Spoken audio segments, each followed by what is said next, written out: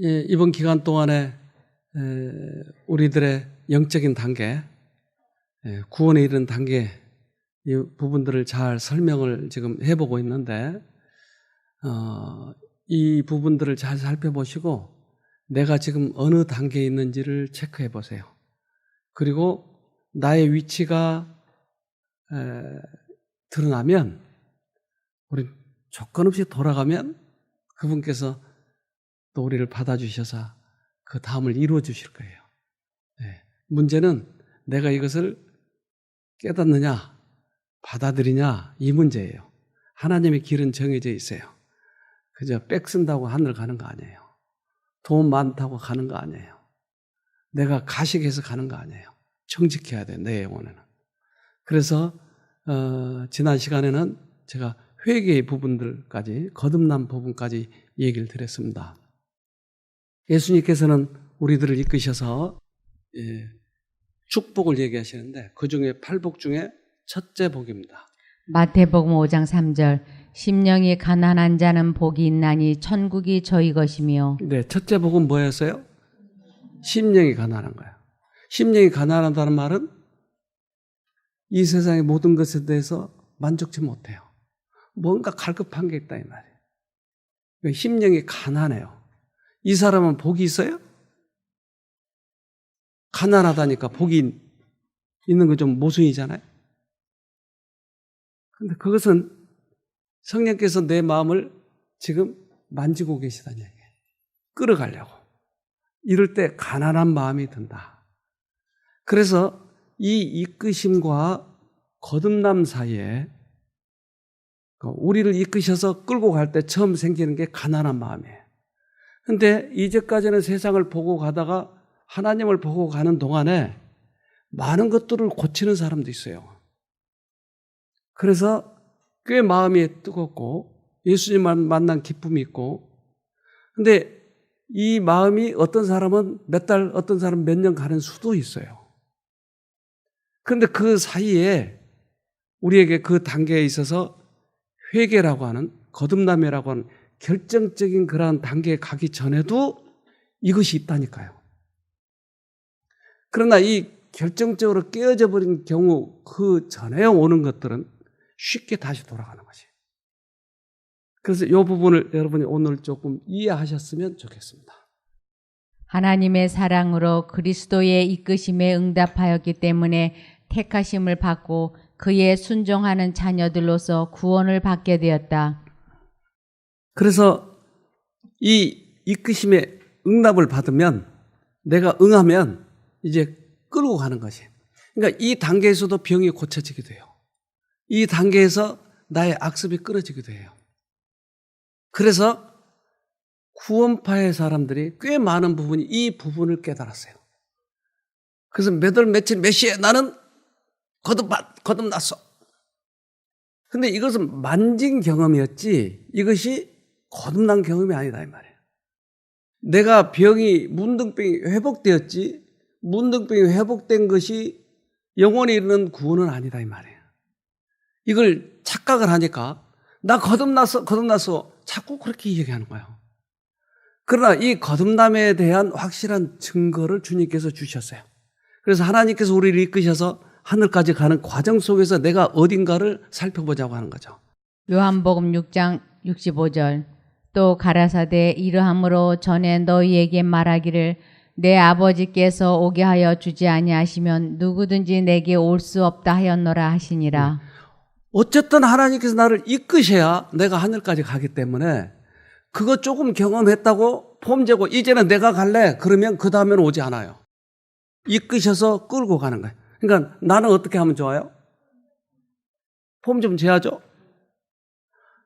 손을 맡겨놔야 돼요. 끌고 가도록. 그러니까 이 단계를 많은 사람들이 오해를 하고 있기 때문에 조금 만났다고 하는 것이 거듭났다는 거예요. 그러나 우리를 꾸준히 이끄셔서 거듭남에 이르게 하는 그런 단계가 있다니까요. 선지자의 글에 저희가 다 하나님의 가르치심을 받으리라 기록되었은즉 아버지께 듣고 배운 사람마다 내게로 오느니라. 네, 그러니까 나의 흥분이 아니고 예수님이 정말 나를 만나 주셔서 나에게 그 감각과 기쁨과 끌려가는 그런 이 이끄심이 있다면 내가 꾹 붙잡고만 가면 아버지께 배운 자들은 가는 거예요. 다른 데서 배우는 것 말고. 그러면 내가 하는 일은 뭐라고 그랬죠? 손을 맡기는 거예요. 붙잡아야 될까요? 그러면 하나님과 나와 서로 붙잡아야 갈까요? 그렇잖아요. 내가 놔버리면 못 가는 거예요. 그러면 하나님이 나를 붙드실 때 나는 잡아야 되잖아요. 이 잡는 거를 뭐라고 표현하면 좋겠어요? 예? 또 다른 말로. 봅시다. 로마서 8장 28절 우리는 하나님을 사랑하는 사람들 곧 그분의 뜻을 따라 부르심을 받은 사람들에게는 모든 것이 합력해 선을 이루는 줄을 압니다. 아, 이것을 합력이라고 그러군요. 그 뜻대로 부르신 사람들은 이제 불렀다 이 말이에요. 그러면 내가 붙잡았어요. 그럼 계속 놓지 말고 가야 되는데 아 됐어 그리고 놔버리면 그 순간부터 그 선이 이루어지지 않아요. 주체는 하나님이에요. 내가 아니에요. 그러니까 능력이 거기 있기 때문에 그 능력을 붙잡아야 가는 것이에요. 여러분 여기에서 속으면 안 된다니까요. 많은 사람들이 거듭나지 못한 경험이 바로 이것 때문에 미리 샴페인을 터뜨려버린 거예요. 하나님께 가는 길은 꾸준히 가는 것이에요. 그 안에 기쁨이 있어요. 그래서 예수님이 이 땅에 오셔서 거듭남에 대해서 얘기할 때 물에 대해서 얘기한다 이 말이에요. 물과 뭘로? 성령으로. 예. 요한복음 3장 5절 예수께서 대답하시되 진실로 진실로 내게 이르노니 사람이 물과 성령으로 나지 아니하면 하나님 나라에 들어갈 수 없느니라. 네. 물은 과거의 생애가 죽는 것이에요.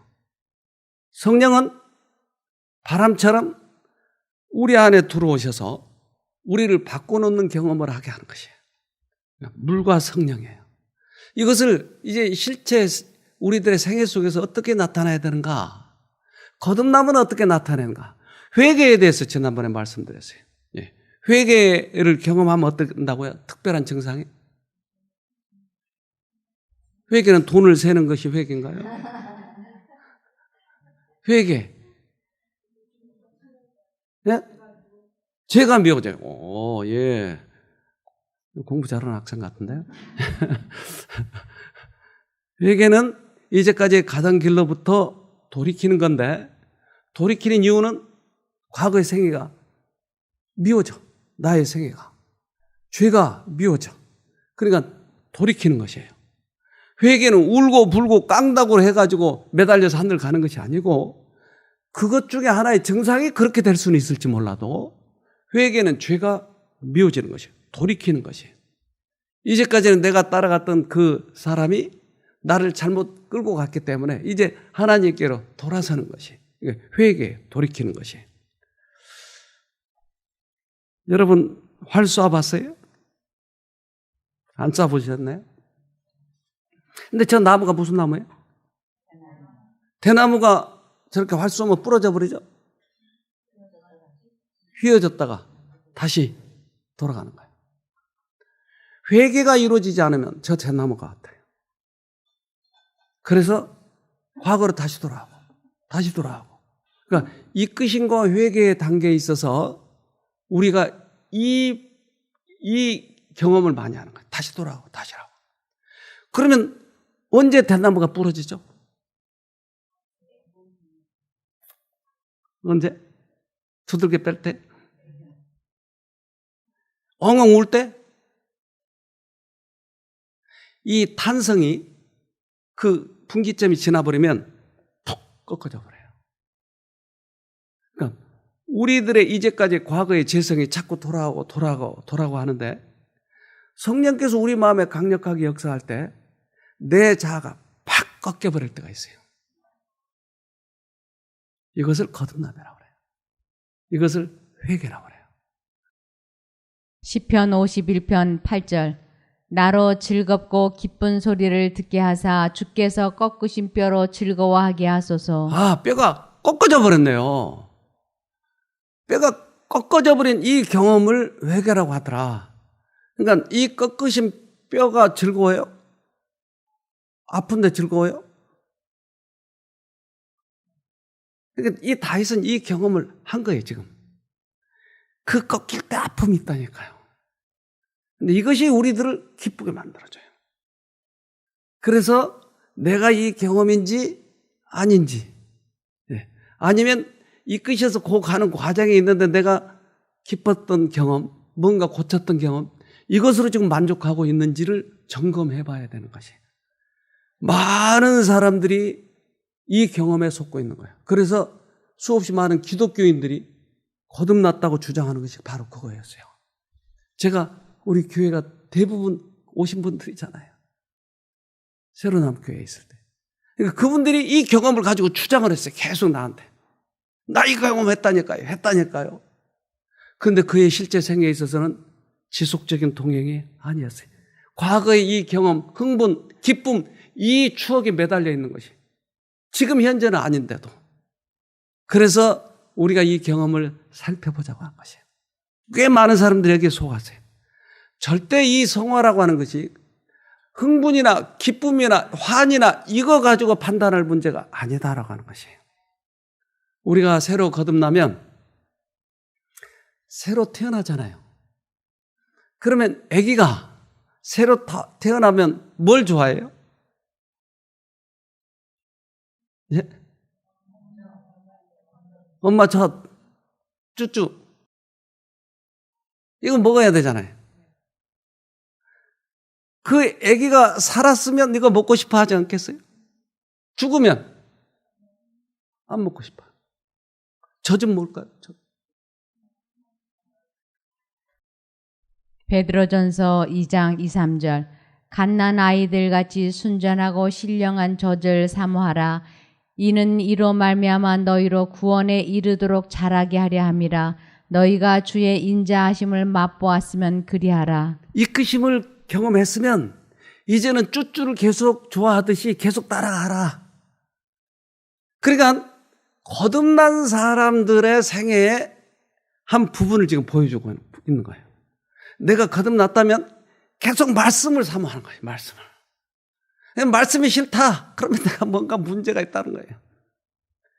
지속적으로 이 말씀을 사모하는 마음이 내 마음에 있기 때문에 말씀을 꾸준히 따라가는 것이. 그래서 우리가 거듭났다는 것을 실제 생애에서 뭐로 나타나요?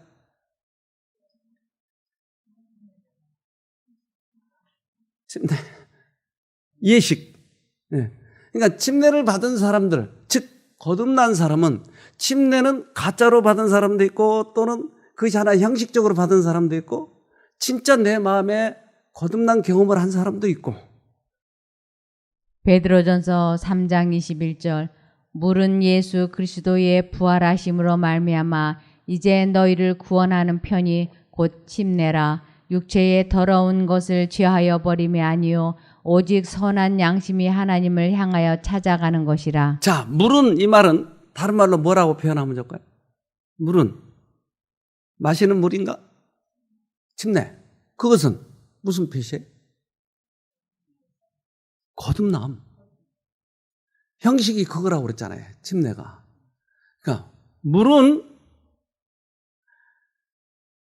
예수님이 죽었다가 다시 부활한 것처럼 너도 새로이 태어났어. 근데 새로 태어났다고 하는 것은 과거에 내 더러운 것을 다 깨끗이 씻어버렸다는 말이 아니다 라고 그러잖아요. 과거에 내 악습이 한 번만에 다 없어져 버렸다라고 얘기하지 않잖아요. 그러니까 거듭났다고 하는 것은 내가 완전히 깨끗해졌다는 말이 아니잖아요, 지금. 나는 죄를 지을 수 없는 사람이라고 말하지 않잖아요. 그러니까 거듭났다는 말은 뭐가 지금 거듭났어요? 옛날에는 우리 마누라가 너무나 싫었어. 그런데 내가 예수님을 만나고 용서를 경험하니까 너무나 이뻐. 마누라가 변했어요? 내가 변했어요? 왜 미웠던 것이 이뻐졌어요?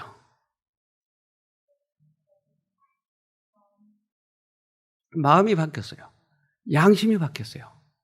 그러니까 옛날에는 싫었던 것이 좋아진 것이에요.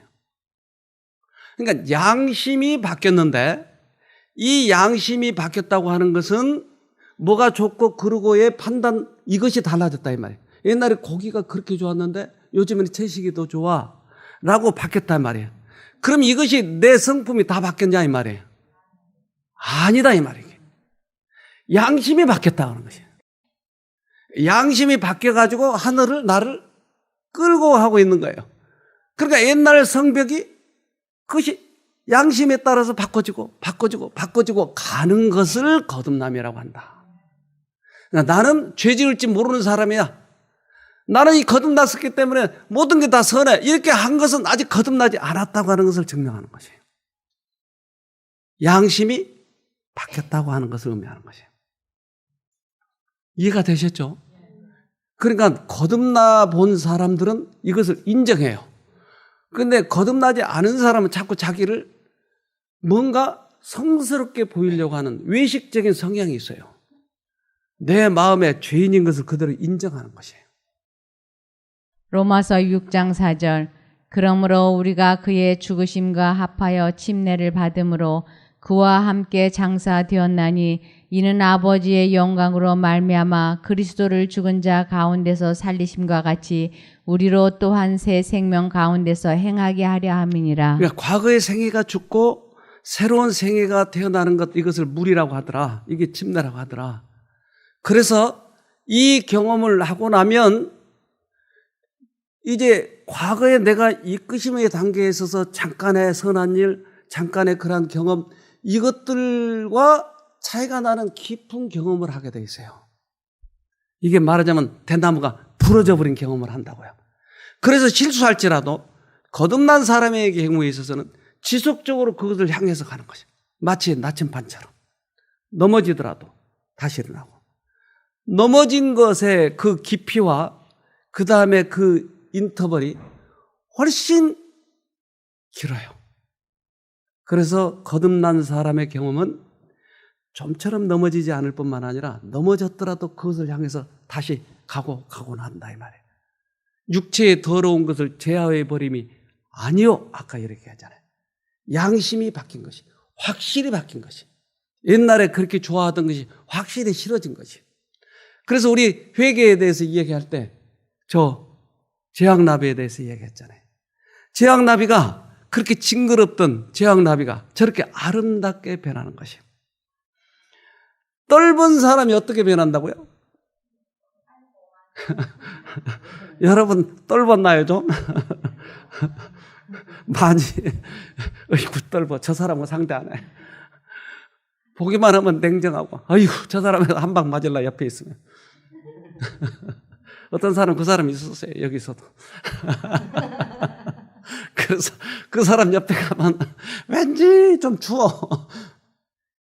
근데 따뜻해지더라 이 말이에요. 왜요? 뭔가 바뀌었어요.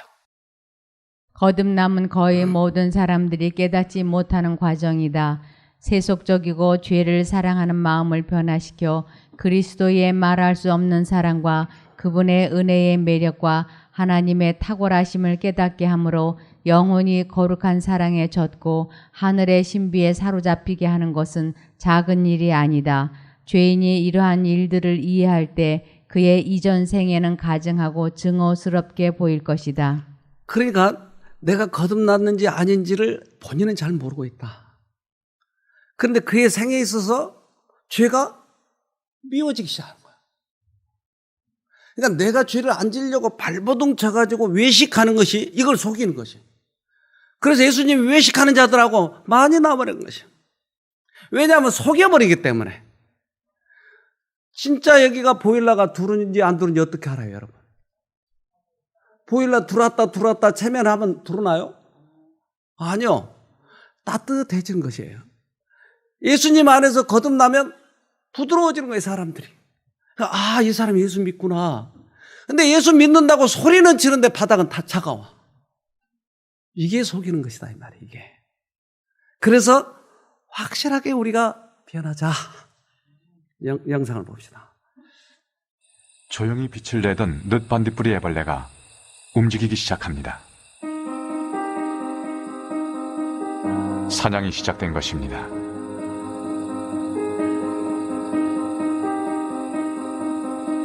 사냥감은 바로 달팽이.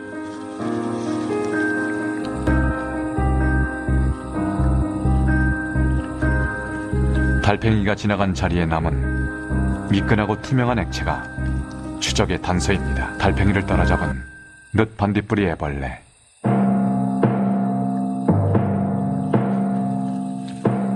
달팽이 껍데기 위로 올라타더니 기회를 엿보다가 독침으로 찌르며 공격합니다.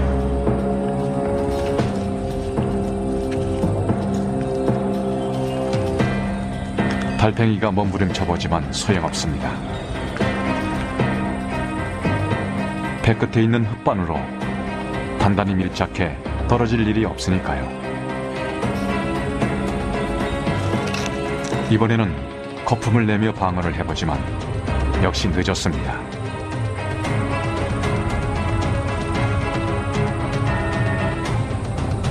늦반딧불이 애벌레의 독이 이미 퍼지기 시작했을 테니까요. 마치 체조선수 같은 유연한 동작으로 먹이를 옮기기 시작합니다.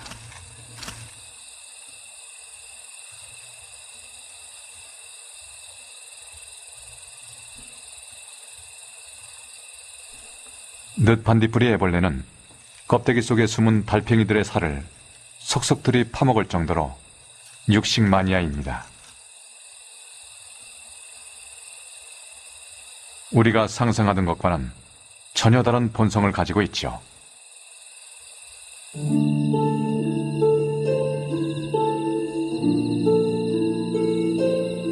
밤이 되면 빛을 내는 또 다른 존재, 늦반딧불의 암컷입니다. 날개가 퇴화해 흔적만 남았죠. 늦반딧불이는 어른벌레가 되면 애벌레 시절의 육식을 즐기는 공격적인 성향은 사라집니다. 이슬 한 방울이면 충분하죠. 수컷은 암컷과 달리 흑갈색 날개가 있습니다.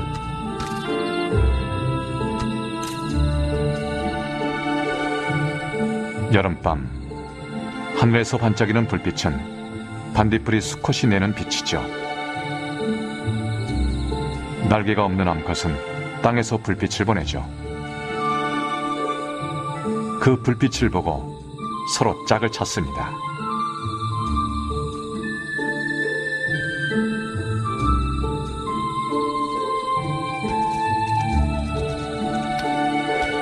빛으로 맺어진 인연. 늦반딧불 애벌레 때와 전혀 다르네요. 육식 마니아였지만 이슬 한 방울만 먹는데요. 어떻게 이렇게 바뀌어버렸죠? 우리가 거듭나면, 부화하면 전혀 다른 존재로 바뀌어버린 것이. 내가 바뀌려고 노력하는 것이 아니고 전혀 바뀌어지는 것이, 전혀 다른 인물로. 그러니까 우리들에게 저러한 여러 가지 곤충들의 변태를 보여주는 것은 우리가 어떻게 거듭나면 어떻게 되는지를 보여주는 것이죠. 그래서 아직 거듭나지 않고 자기가 율법을 선한 일을 하려고 애를 써가지고 이방 종교처럼 그렇게 해서 구원받은 것처럼 폼재려고 하지 말고 이제는 이 거듭남을 실제로 경험해보자고 하는 것이에요. 그는 새로운 마음, 새로운 애정, 새로운 관심, 새로운 뜻을 갖는다. 그의 슬픔, 소망, 사랑은 모두 새로운 것들이다.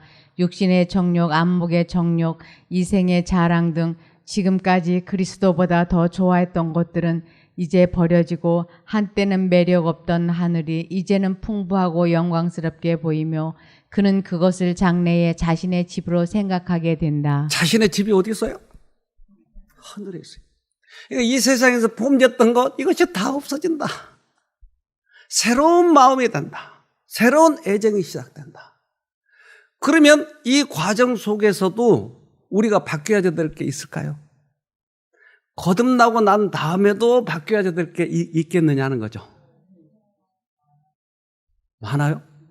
그럼 이거 바뀌는 과정을 뭐라고 표현하면 좋겠어요? 이걸 성화라고 그래요. 왜냐하면 하늘에 가서 살아야 되기 때문에 하늘에 살도록 알맞도록 고쳐가지고 가고자 하는 것이 하나님은 지금 여기 이 땅에서. 하늘에 가면 그렇게 옛날처럼 그렇게 살면은 너 왕따 당해 못 살아. 그러니까 여기서 좀 바꿔 가자.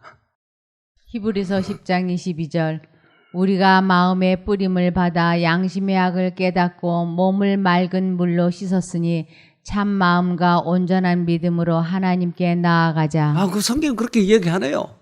이제 거듭났으니까 이제는 하늘에 가서 살도록 좀 바꿔지자 이 말이겠죠. 성화는 한순간, 한시간 혹은 하루의 과업이 아니다. 그것은 은혜 안에서의 계속적인 성장이다. 네. 지속적으로 가는 것이 언제까지요? 주님 오신 날까지. 계속. 그런데 주님은 사랑이기 때문에 우리가 사랑 가운데 거할 때 이 성화가 잘 돼요. 참된 성화는 사랑의 원칙을 실천함으로 이룩된다. 네.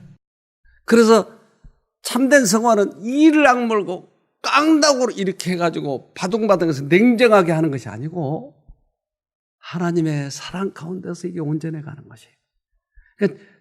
그 성화를 잘 모르기 때문에 어떤 사람은 이런 거듭남을 경험을 했다고 얼마나 긴장돼가지고 냉정하고 자기 힘으로 하려고 하는지 몰라요.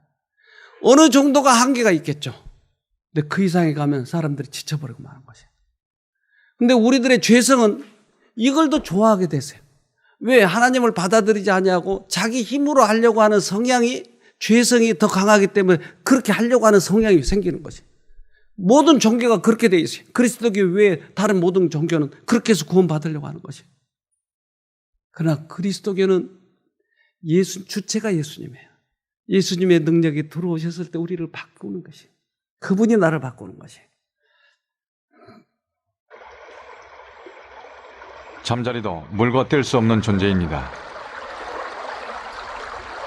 애벌레 시절 수중곤충이나 숭서리를 잡아먹고 자랐죠.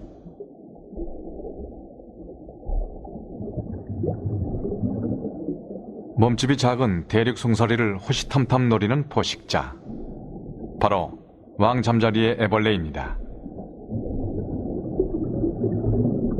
수중 생태계에서 녀석은 무서운 포식자입니다.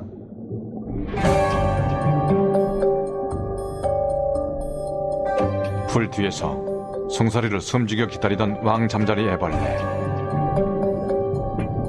공격할 순간을 노립니다. 그리고는 순식간에 낚아챕니다.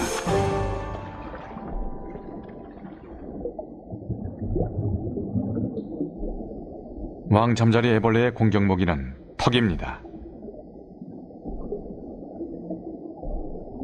강하고 빠른 턱은 작은 물고기들을 쉽게 제압할 수 있습니다.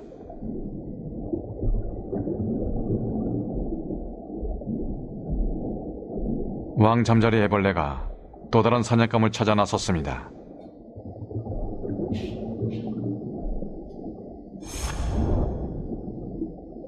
올챙이도 왕잠자리 애벌레가 좋아하는 먹잇감입니다.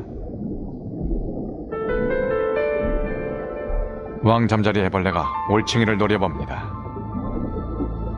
잠시 후 날카로운 갈고리가 달린 아래턱을 쭉 뻗어서 올챙이를 잽싸게 낚아챕니다. 올챙이가 발버둥을 쳐도 소용이 없는 일입니다. 왕잠자리 애벌레의 턱에 깊숙이 박힌 올챙이는 절대 빠져나올 수가 없습니다. 하지만 물 밖에선 반전이 일어납니다. 개구리가 잠자리를 사냥하고 있습니다.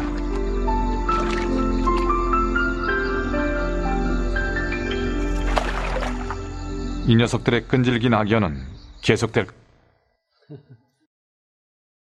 어떻게 물속에서 살던 게 밖에서 나와서 살까요?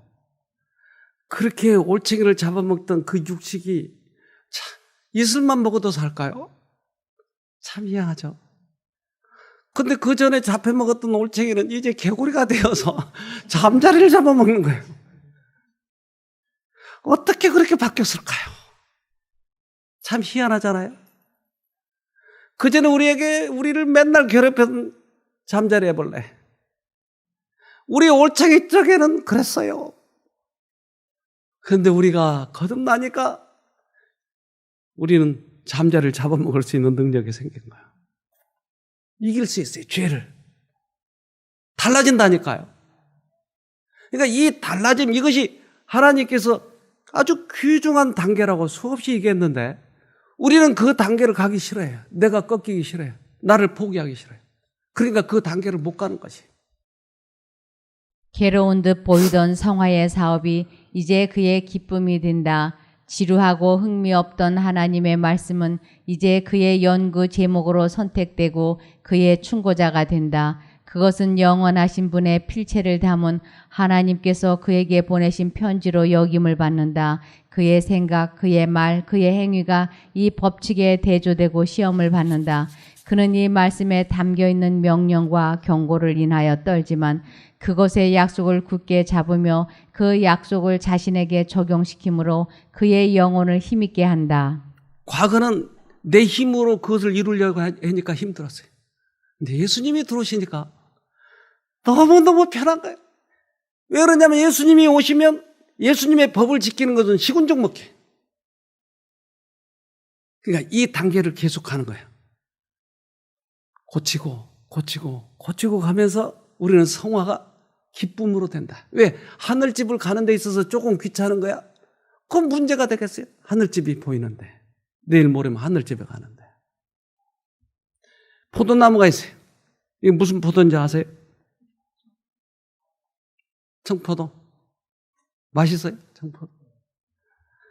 그런데 어떻게 포도나무를 여러 가지 포도를 만들죠? 접을 붙여요. 어디에다요? 대목이 뭐죠, 그게? 예, 머루. 그러니까 머루는 뿌리가 강해요. 그래서 거기에다 약한 청포도를 붙여놓으면 뿌리가 강하니까 이게 맛있는 포도가 열리는 것이에요. 그렇잖아요?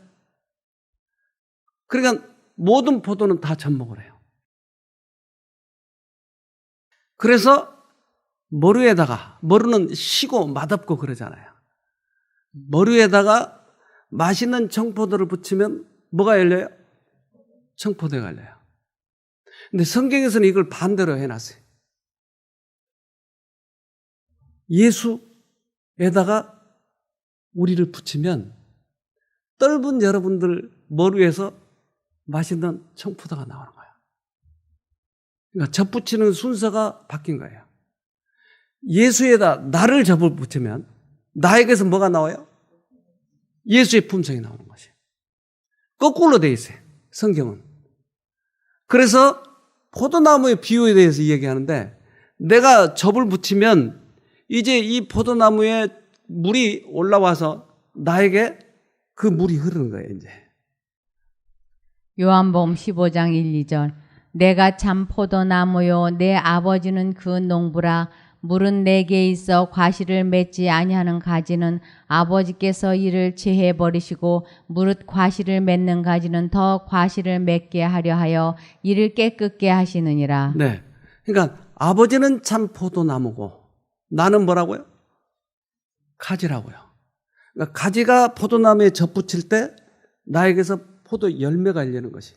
안 열리면 어떻게 한다고요? 잘라버리네요. 안 열리면 잘라버리네요. 그러니까 내가 열매가 안 열리고 있다고 하는 것은 뭐에 문제가 있어요? 깡다구에 문제가 있죠. 으쌰 열려야지. 이게 약한 것이요, 깡다구가. 그렇죠? 예? 아니요. 그럼 뭐에 문제가 있어요?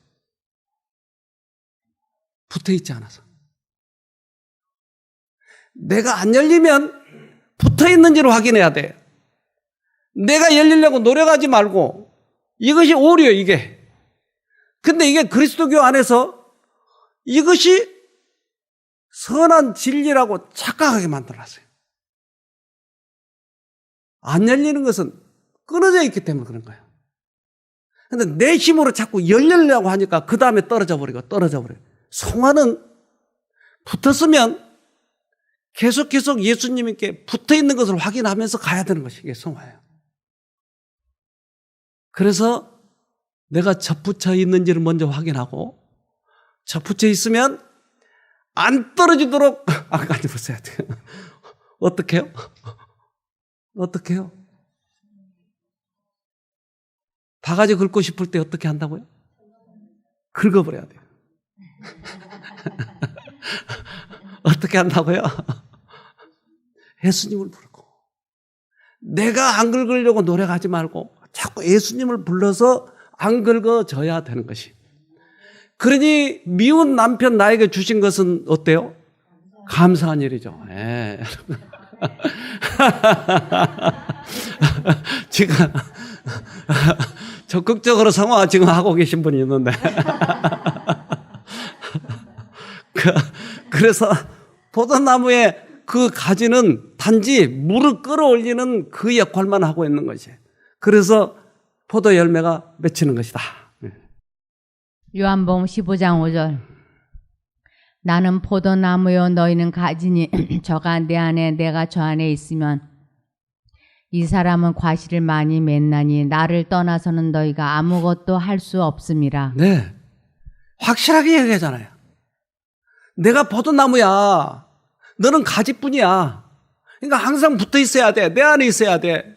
만약에 떨어진 너는 아무것도 할 수 없다. 그래서 우리들의 성화의 과정을 사람들은 고행으로 생각해요.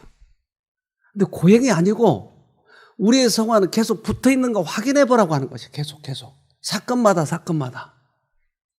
그래서 이 경험을 해보지 못한 사람들이 잘못 가르쳐 준 것들이 성화는 고행이라고 생각하는 거죠.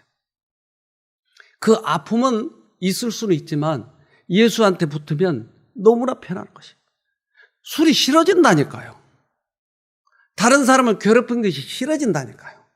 옛날엔 그렇게 그것이 재밌고 했던 것이 싫어지는 거예요. 이곳에서 살려면 거의 1년 내내 바싹 말라있는 땅에 적응해야 합니다.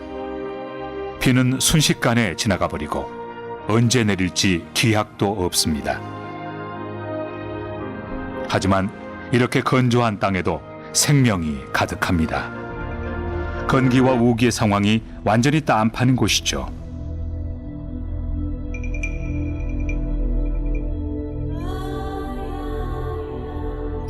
일 년 중 대부분은 극도로 건조합니다.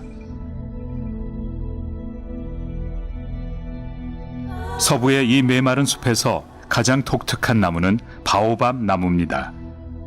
몸통이 거대해서 물을 저장하기에 좋죠. 바오밥 나무의 수명은 수백 년으로 이 나무는 앞으로도 수많은 건기를 견뎌낼 것입니다.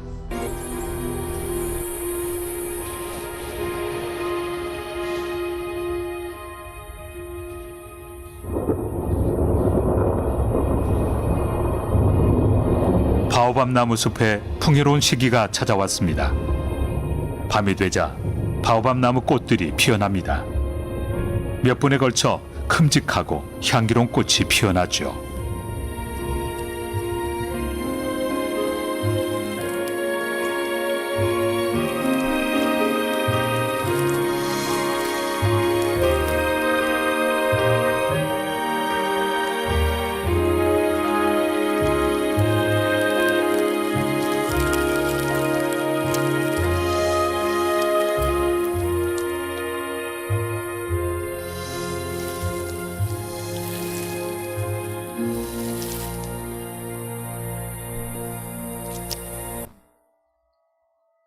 저 건기에 사막에서 몸통이 큰 바오밥 나무는 어떻게 견뎠어요? 물을 저장해서. 우리는 이 세상을 살아가는 동안에 이 험악한 사막 세상에서 물을 저장해야 견딜 수 있어요. 예수님을 저장해야 우리는 이 사막에서 이길 수 있어요. 뭐 때문에 살아가요? 바밤나무는 왜요? 왜 견뎌요? 꽃을 피우기 위해서. 우리는 이 꽃을 피우기 위해서 예수님을 저장하고 계속 싸워나가야 돼요. 이겨야 돼요. 그래서 우리는 예수님이 내 마음에 계신지 안 계신지를 계속 두려움으로 이것을 확인해 봐야 돼요. 안 계시면 지니까. 빌립보서 2장 12절. 그러므로 나의 사랑하는 자들아 너희가 나 있을 때뿐 아니라 더욱 지금 나 없을 때에도 항상 복종하여 두렵고 떨림으로 너희 구원을 이루라. 구원은 이뤄가는 것이에요. 붙어 있어야 이기니까. 떨어지면 지는 것이에요. 그래서 구원을 두렵고 떨림으로 구원을 이루어가는 것이에요. 거듭나지 못한 사람들은 폼재는 거예요. 거듭난 사람들은 항상 두렵고 떨림으로 구원을 이루어가는 것이에요. 오늘 승리하고 또 내일도 승리하고 또 예수님 모시고 이기고 또 이기고 이러면서 가는 것을 성화라고 하더라. 그래서 예수님을 팔아버린 사람이 누구였죠? 가룟 유다. 가룟 유다는 예수님을 팔았어요. 죄를 깨달았어요? 못 깨달았어요? 깨달았죠. 그래서 자기가 잘못했다고 하는 걸 깨닫고 뭐 했어요? 그 다음에 자살했죠. 이 사람 구원이 있어요? 없어요? 왜 구원이 없어요? 네? 잘못한 것을 깨달았잖아요. 그리고 자기가 잘못했다고 하는 것을 자기가 그것을 자책해서 죽었잖아요. 이 유다는 말씀을 많이 깨달았어요. 때때로 양심이 얘기했을 때 거기에 순종하고. 그런데 끝까지 회개를 하지 못했어요. 거듭남 경험을 하지 못했어요. 죄책감으로 자기를 죽여버렸어요. 그게 다른 것이에요. 때때로 구주의 말씀을 들을 때에 죄를 깨닫기는 하였으나 그는 마음을 겸비하게 하거나 그의 죄를 고백하려고 하지 않았다. 거룩한 감화를 거절함으로 그는 자기가 사랑한다고 공언한 주님께 욕을 돌렸다. 대단한 머리를 가지고 있고 지식도 가지고 성경 지식도 가지고 그래서 제자 중에서 가장 해박한 사람이었어요. 돈도 얼마나 계산을 잘하는지 몰라요.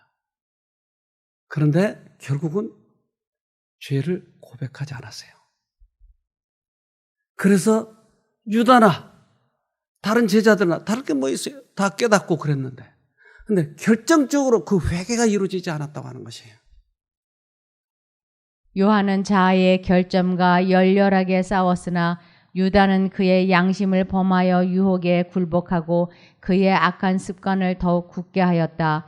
요한은 겸손히 예수를 배운 반면에 유다는 자신이 말씀을 행하는 사람이 아니요 듣기만 하는 자임을 나타내었다. 네, 그러니까 결정적인 것은 지식을 많이 쌓아뒀지만 실제적으로 예수님께 굴복하지 않았다. 요한은 자기를 계속 굴복시켰다고 하는 것이에요. 그것 차이예요. 선한 일도 유다도 많이 했잖아요.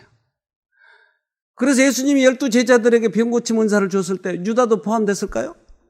포함됐겠죠. 그러니까 대단한 능력을 가지고 있었는데도 결국 굴복하지 않았어요. 예수님을 만난 경험이 있었나요? 있었죠. 예수님 따라다녔죠. 예수님 출세시키려고 했고. 자기가 굴복하지 않은 것이에요. 요한은 날마다 자신에 대하여 죽고 죄를 극복함으로 진리를 통하여 성화되었으나 유다는 변화시키는 은혜의 능력을 거절하고 이기적 욕망을 품음으로 사단의 노예가 되었다. 네. 결정적인 부분이 이 부분이에요. 그래서 우리들에게 지금 어쩌면 우리 앞 미래를 모르잖아요. 어떤 사람은 완전히 회복이 되어가지고 또 다시 그렇게 살지 또는 어떤 사람은 회복되지 못할지 우리는 미래는 알 수 없어요. 하나님께서 하실 문제니까. 그렇다면 우리들에게 확실하게 구원을 이루어 놓아야 되지 않겠어요? 어떻게 해요? 이 경험이에요. 우리는 내 자신 죽고 또 다시 회복하고 내 자신 죽고 주님한테 굴복하고 새로운 생애가 태어나고 이런 경험들을 꾸준히 두렵고 떨림으로 구원을 이뤄가면 반드시 우리는 하늘에 가니까요. 그래서 요한의 생애와 유다의 생애를 이렇게 비교했던 것입니다. 요한은 참된 성화의 축복을 누렸다. 그러나 이 사도가 죄 없다고 주장하지 않았다는 사실을 주목하라.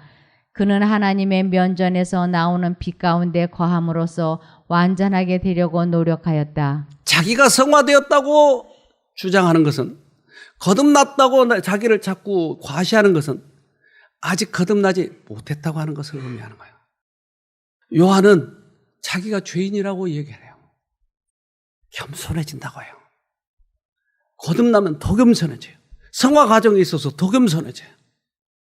사람들이 무시해도 그것을 달게 여겨요. 다니엘도 그랬을까요? 다니엘도 그래요. 선지자 다니엘은 참된 성화의 모본이었다. 그의 긴 일생은 그의 주님을 위하여 바친 고상한 봉사로 가득 차 있었다. 그는 하늘의 은총을 크게 받은 사람이었다. 그러나 이 존경받는 선지자는 자신의 순결과 성결을 주장하는 대신에 자신을 죄 많은 이스라엘의 한 사람으로 간주하고 자기 백성을 위하여 하나님께 탄원하였다. 멋지잖아요? 젠틀맨이잖아요? 폼되지 않고 자기를 죄인으로 여기고 낮추고 굉장한 일을 이룬 이 다니엘도 그를 털어보니까 죄 하나도 나오지 않았어요. 관리들이 털어보니까. 그런데도 그는 하나님 앞에 이렇게 겸손하잖아요. 이게 멋진 신사잖아요, 이게. 네. 레이디 앤 젠틀맨. 여러분, 신사 되고 싶으세요? 이렇게 멋진 사람이 되자는 거예요. 성화의 과정에 있어서는 이렇게 멋진 것이에요. 그래서 다니엘이 기도할 때 이렇게 기도하는 것입니다. 다니엘 9장 15절 18절.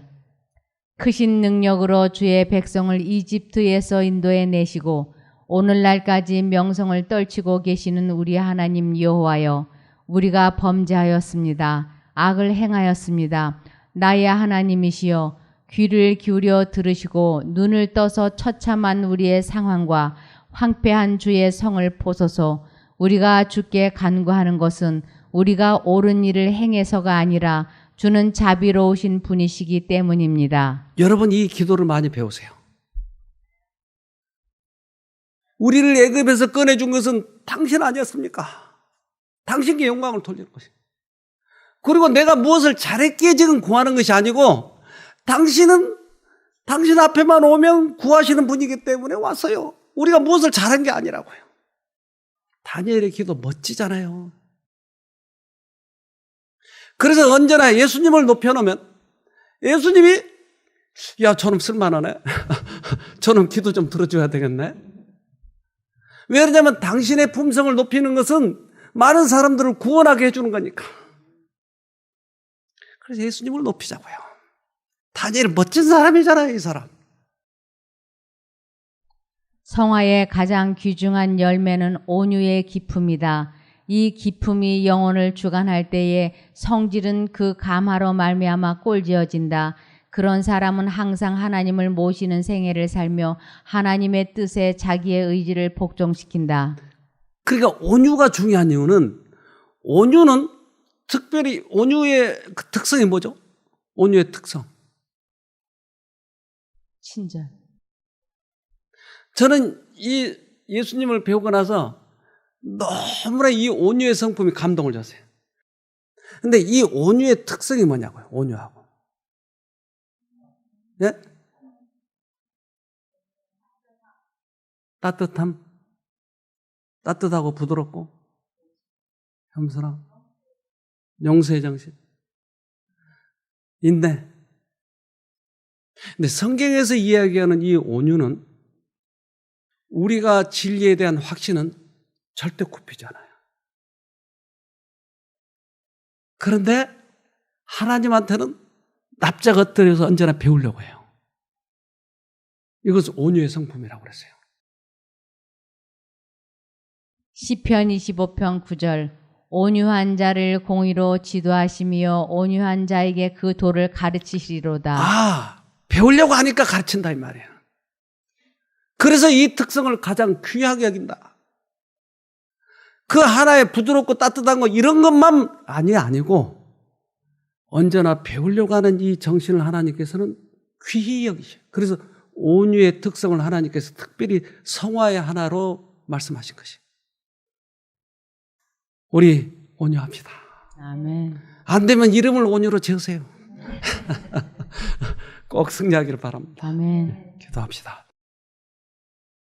하늘에 계신 아버지, 우리들에게 하늘에 가는 그러한 과정들을 쉽게 주님의 말씀 속에서 설명해 주시니 감사합니다.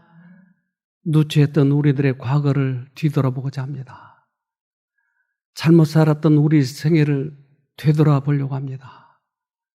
이제는 주님만을 바라보길 원합니다. 우리 안에 주님께서 역사하시는 것을 끊임없이 경험하면서 하나님과 동행하면서 하늘까지 살아갈 수 있도록 도와주시옵소서. 오늘도 다시 한번 우리에게 기회가 주어졌습니다.